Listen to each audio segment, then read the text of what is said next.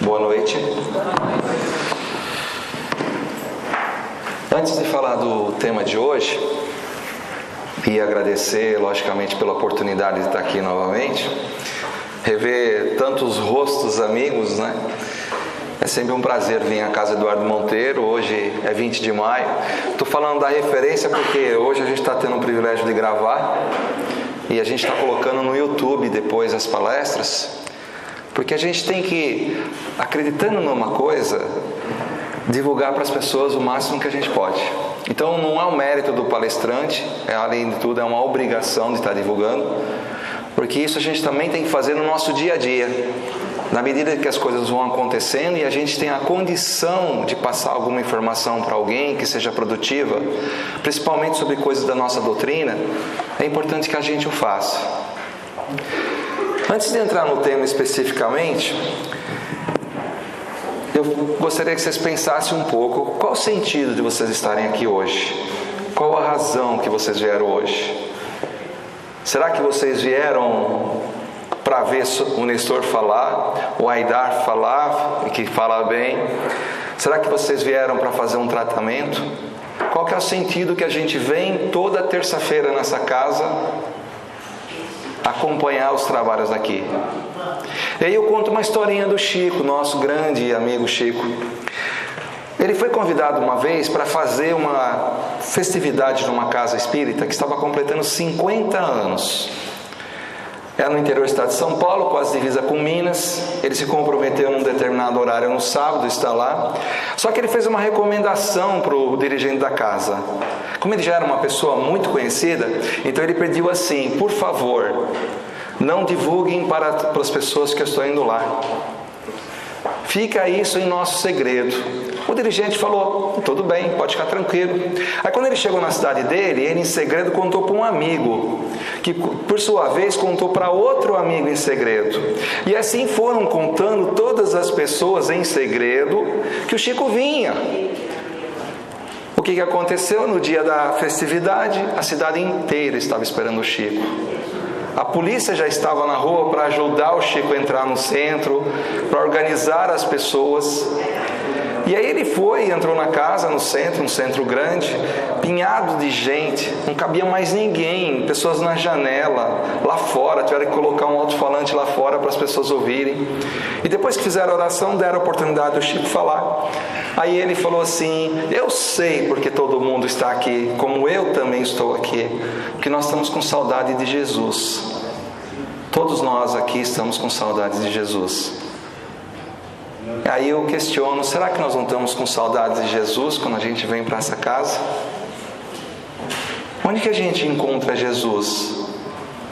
Em todos os lugares, principalmente no próximo. Então eu também estou com saudade de Jesus e em função disso eu vim aqui hoje. E vim para falar de um tema que todo espírita não tem problema: paciência. Já está rindo aqui.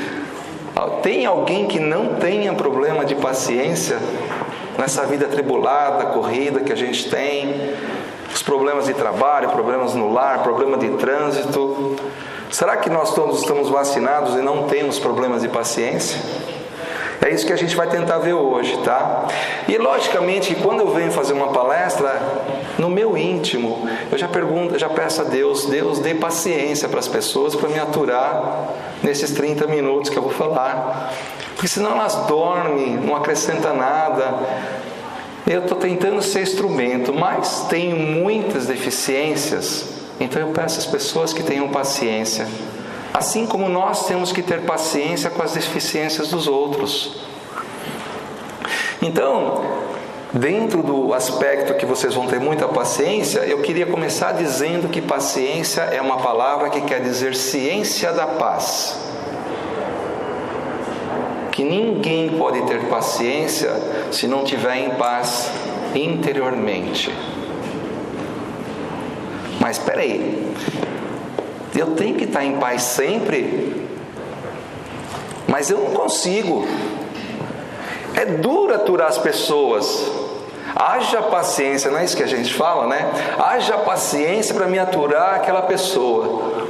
Mas será que quando eu estou agindo sem essa benevolência, fazendo como se isso fosse um esforço, eu estou agindo realmente com a verdadeira paciência? Será, pessoal? O que nos faz realmente agir com paciência verdadeira? Benevolência, caridade. Todos nós aqui somos diferentes.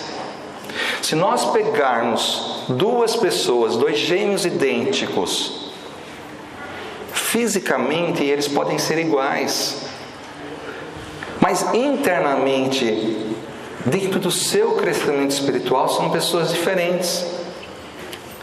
E sabe o que nos prejudica muito, porque a gente às vezes tem muito problema de não aceitar o outro? Porque a gente quer que os outros sejam de acordo com a gente, ou de acordo com a expectativa que a gente gostaria que eles tivessem. Quer dizer, a relação nossa com eles é gerada numa expectativa. Eu gostaria que fulano fosse daquele jeito, ele não é. Gostaria que minha esposa fosse daquele jeito, que ela me tratasse de tal maneira, mas ela não é. E aí nós não somos iguais às pessoas que as pessoas gostariam, aí gera essas confusões, gera esses problemas. Então uma das grandes dificuldades nossa é tentar compreender o limite de cada um, o estágio que cada um está. Porque na nossa vida nós não vamos encontrar uma pessoa igual a nós. E aí eu digo, graças a Deus, que eu não vou encontrar nenhum Nestor igualzinho o Nestor que está aqui, porque eu acho que eu não conseguiria me aturar. Será que a gente consegue se aturar? Então, paciência, pessoal, é um estado da alma em que a criatura não é atingida pelas irritabilidades, que ela está calma, ela está tranquila, que ela está sem agitação. Tem algum lugar especial que a gente possa estar assim? Não, depende só de nós. Eu posso estar no meio de um trânsito, chovendo. Eu gosto muito de citar uma viagem que eu fiz. Nós saímos 6 horas da tarde numa sexta-feira e nós fomos pelas juntas provisórias.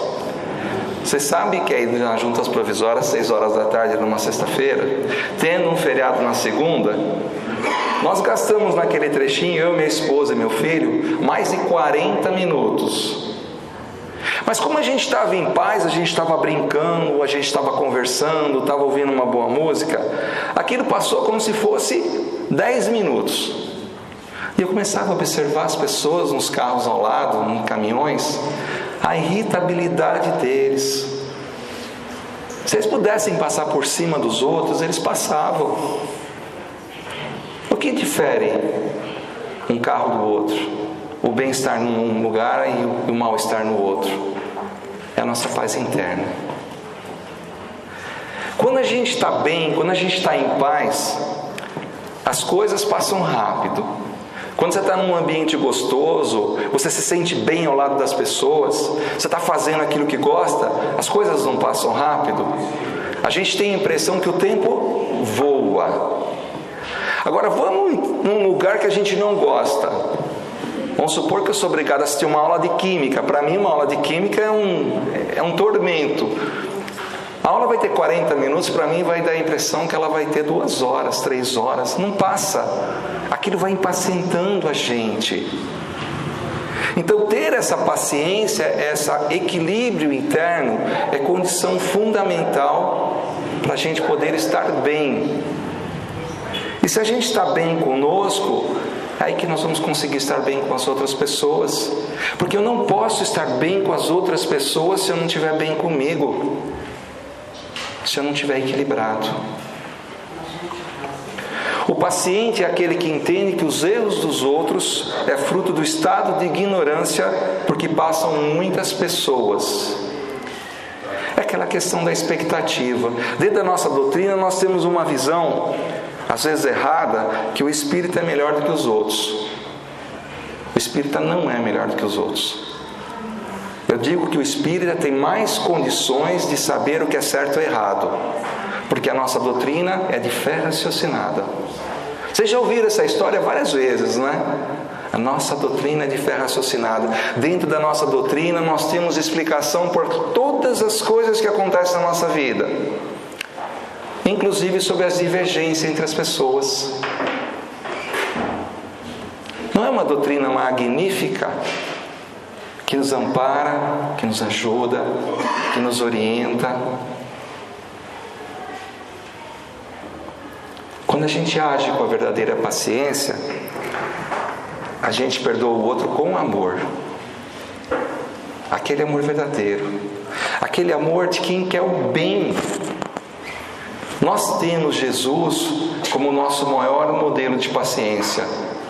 Se nós pegarmos os evangelhos, a vida dele, a história dele, vocês não encontram qualquer momento da história dele que ele tenha sido impaciente.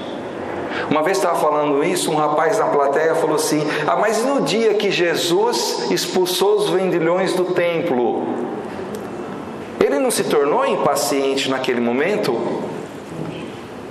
Não se tornou impaciente.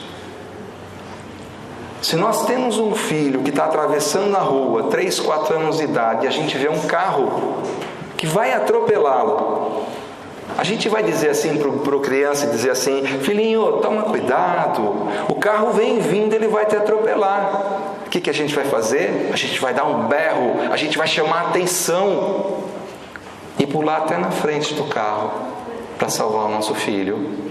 Foi isso que Jesus fez no templo. Ele deu um puxão de orelha naquelas pessoas. Não façam da minha casa de oração uma casa do comércio. Não foi isso que ele falou? E Jesus não amou aquelas pessoas naquele momento? Amou. Talvez mais do que qualquer um de nós um dia vai amar alguém. Jesus amou a mulher do fluxo de sangue, quando ela desesperada veio até ele, querendo a sua ajuda. Ele julgou a mulher, ele falou: bom, peraí, deixa eu dar uma olhadinha, ver como você é, para ver se eu vou te ajudar. Não, ele estava lá, pronto para ajudar. Muitas vezes a gente deixa de ajudar as pessoas, porque a gente julga as pessoas, achando que elas não são merecedoras do nosso carinho, da nossa atenção. A gente coloca um rótulo nas pessoas. Uma vez Chico Xavier, ele veio num centro em São Paulo, por uma questão de educação, não vou citar o centro. Era um sábado à noite, chovendo e muito frio. Um pouquinho antes da palestra dele, ele resolveu ir ao banheiro, e nisso chegou um senhor com 3 filhos, pequenos ainda, pedindo ajuda, querendo ajuda financeira. Enquanto Chico estava no banheiro, os dirigentes do centro falaram: que absurdo, 9 horas da noite, sábado frio, você vai trazer essas crianças no meio da rua? E começaram a pregar André Luiz, Kardec, Divaldo, um monte de coisas para aquela pessoa, que abaixou a cabeça e saiu chateada. Chico voltou, saindo do banheiro. Os dirigentes do centro foram lá e contaram para o Chico o que aconteceu. Ele olhou para eles com cara de choro e disse: não façam isso, esse homem é um herói. A mulher dele abandonou os 3 filhos pequenos. Ele não consegue trabalhar porque não tem onde deixar a criança. Ele é um herói, vamos ajudá-lo. Aí saíram atrás do homem, trouxeram para lá. Então nós somos muito impacientes porque a gente julga as pessoas, porque a gente tem dificuldade de perdoar.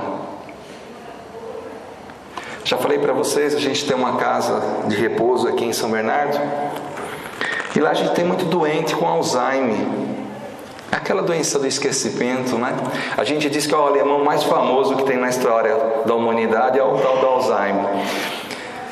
E se vocês forem conversar com eles, eles falam uma coisa para vocês hoje, daqui 5 minutos eles não sabem de mais nada. Eles esqueceram. Nós temos uma senhora lá do Nascida que ela acaba de almoçar, ela senta na sala ao lado e fala assim: não vai ter almoço? Que hora que sai o almoço que eu estou com muita fome? Nós temos doentes lá que ele fala assim: eu estou a fim de ir no banheiro. Mas o senhor acabou de sair do banheiro, mas eu estou a fim de ir no banheiro. Se você não leva, ele faz xixi onde ele está. Isso é da doença. Imagine se os funcionários, o pessoal de lá, começasse a destratar. Nós temos uma senhora que o marido dela morreu faz 3 anos. A gente chama ela de Dona Lila. Todas as vezes que eu encontro ela pergunta: você viu meu marido? Ele está demorando para vir hoje. Tem outros que contam a mesma história todos os dias. Tem alguns que você vai fazer um carinho, eles te dão um tapa. É da doença. Nós não temos que entender isso. Se um idoso está nessa condição, você vai pentear o cabelo dele e te dá um tapa, você vai bater no idoso? Numa pessoa doente dessa?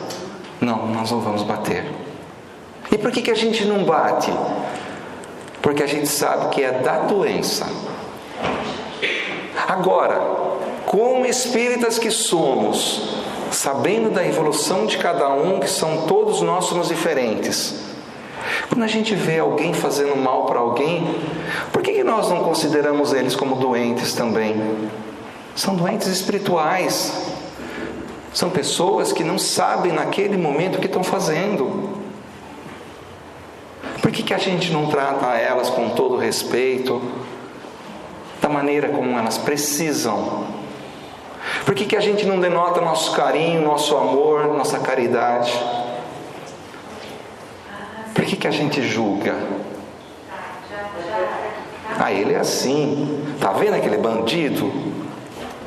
Ele fez isso, ele fez aquilo. Coitado dele, né? Porque tudo que a gente faz, a gente paga. Lei da ação e reação.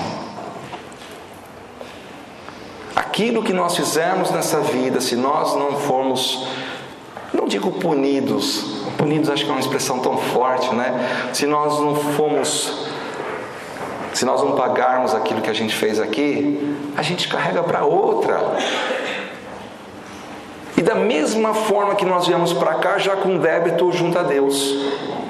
Quando a gente veio para cá, a gente tinha débito junto a Deus. E a gente veio para cá para tentar ser um pouquinho melhor, para ser mais humano, mais compreensivo, para que a gente pudesse dever menos para Deus. O meu débito com Deus é tão grande que eu acho que já passa de 1 milhão de euros, daí para mais. Daí eu fico imaginando, se eu tenho tanto débito assim, por que a minha vida é tão boa? Porque eu tenho uma boa saúde, eu tenho uma excelente família, eu tenho a oportunidade de vivenciar dentro de uma doutrina que está me dando um empurrão para a evolução. É lógico que só a doutrina não adianta, depende das nossas atitudes. Por que então que eu tenho tudo isso? Aí eu lembro, misericórdia. É isso que Deus pratica por nós todos os dias. Todos os dias. E o que é a misericórdia? É a capacidade de perdoar sem nós merecermos. A gente tem um hábito de reclamar da vida, né? De falar que a vida não está sendo boa. Mas se a gente for pôr na balança, a nossa vida tem muito mais coisas boas do que coisas ruins. Muita gente confunde paciência com passividade. Não é assim que funciona. Passividade é quando você não faz nada. Vocês lembram daquele desenho? Os mais antigos vão lembrar que tinha uma hiena que quando ele via as coisas ruins, ela falava: ó vida, ó azar. Vocês lembram disso? O que ela fazia? Ela se lamentava e não tomava nenhuma atitude. Não é isso que Deus quer de nós. Ele quer que nós tenhamos paciência com caridade. É fácil? Não. Dia a dia a gente enfrenta situações muito dolorosas na nossa vida. dia a dia a gente às vezes lamenta pelas nossas dificuldades. Eu fico pensando, a gente sempre escuta que Jesus é o nosso mestre do universo, que Ele nos escolheu para coordenar essa orbe, esse planeta, esse universo todo. Eu estava ouvindo hoje um CD do Divaldo, que ele dizia que Jesus demorou 2000 anos para se condensar no corpo físico. Eu tinha aprendido 1000, o Divaldo falou em 2000. Mas que enquanto ele se condensava, ele já emitia energias para ajudar o nosso planeta. Assim como ele fez há 1600 anos antes de ele vir com Moisés, onde ele, a sua intervenção já gerou que viessem para nós os 10 mandamentos, que são as leis divinas. Aí eu fico imaginando Jesus, o Senhor do Universo, que com um simples pensamento, Ele poderia fazer com que todos nós, nesse determinado momento, fôssemos puros, de elevada estatura espiritual. E o que Ele faz? Pacientemente, a cada época, vai nos passando recurso para que a gente possa evoluir. Olha como é bonito isso. No tempo de Moisés, Jesus interviu para que nós tivéssemos determinada informação. Passado mais alguns anos, Ele vai analisando toda a humanidade e vai soltando para nós aquilo que a gente tinha condição. Até o dia que Ele veio. Mas quando Ele veio, Ele sabia da nossa pobreza espiritual ainda. E só passou 10% do que Ele podia nos passar, porque a gente não tinha capacidade de aprender aquilo naquele momento. Aí passam 18 séculos, a gente tem a possibilidade de vir numa doutrina que nos esclarece, que nos elucida, que nos orienta. O Consolador prometido, nossa doutrina. Ter paciência não é fácil. Diante principalmente das tribulações, a gente tem que pedir com muita coragem, com muita fé, que Deus esteja sempre conosco. Porque Ele está próximo de nós, basta que a gente estenda a mão. Porque Jesus não é um ser distante, não é alguém longe, imaginário, que não possa estar do nosso lado. Não, é alguém presente, como um amigo, alguém que até nos carrega quando nós nos sentimos fracos,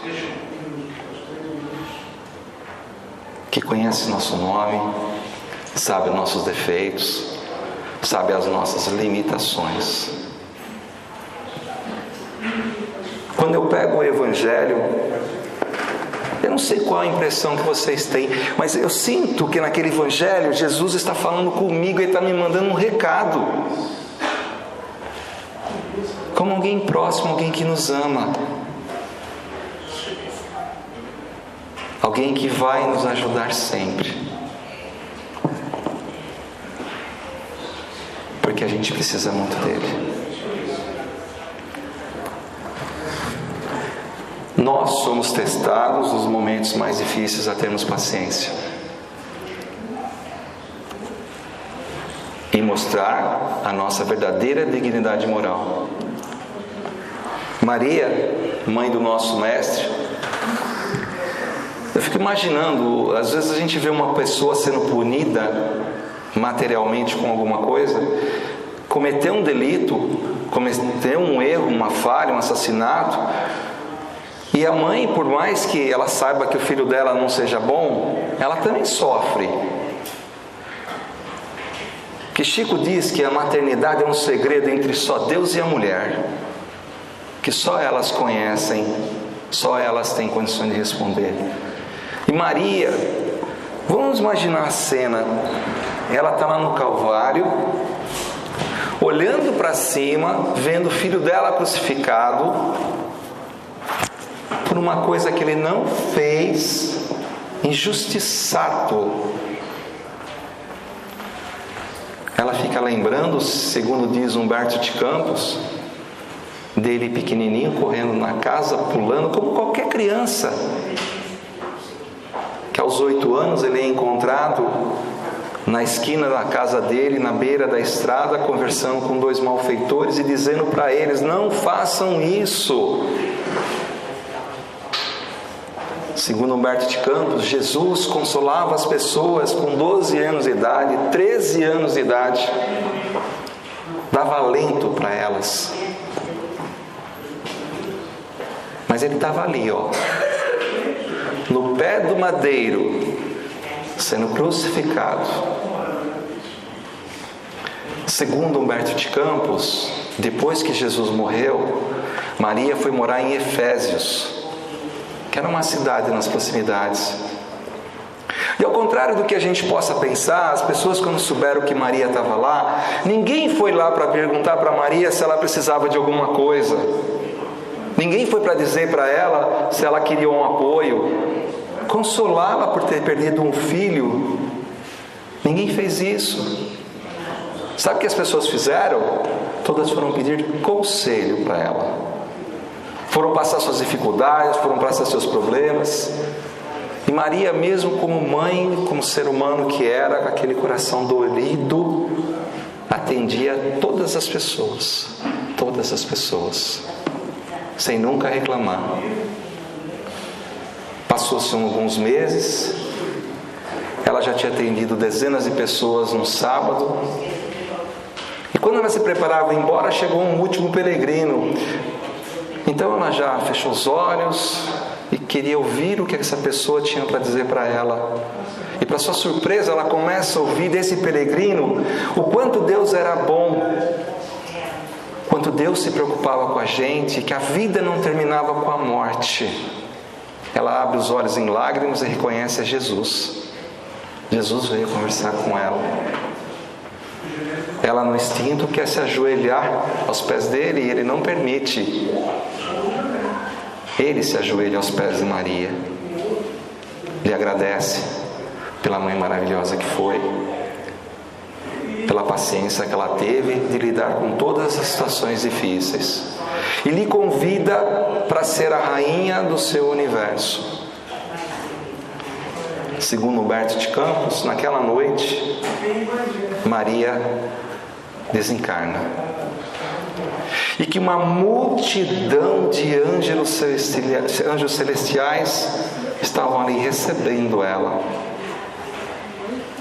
recebendo um espírito de alta elevação.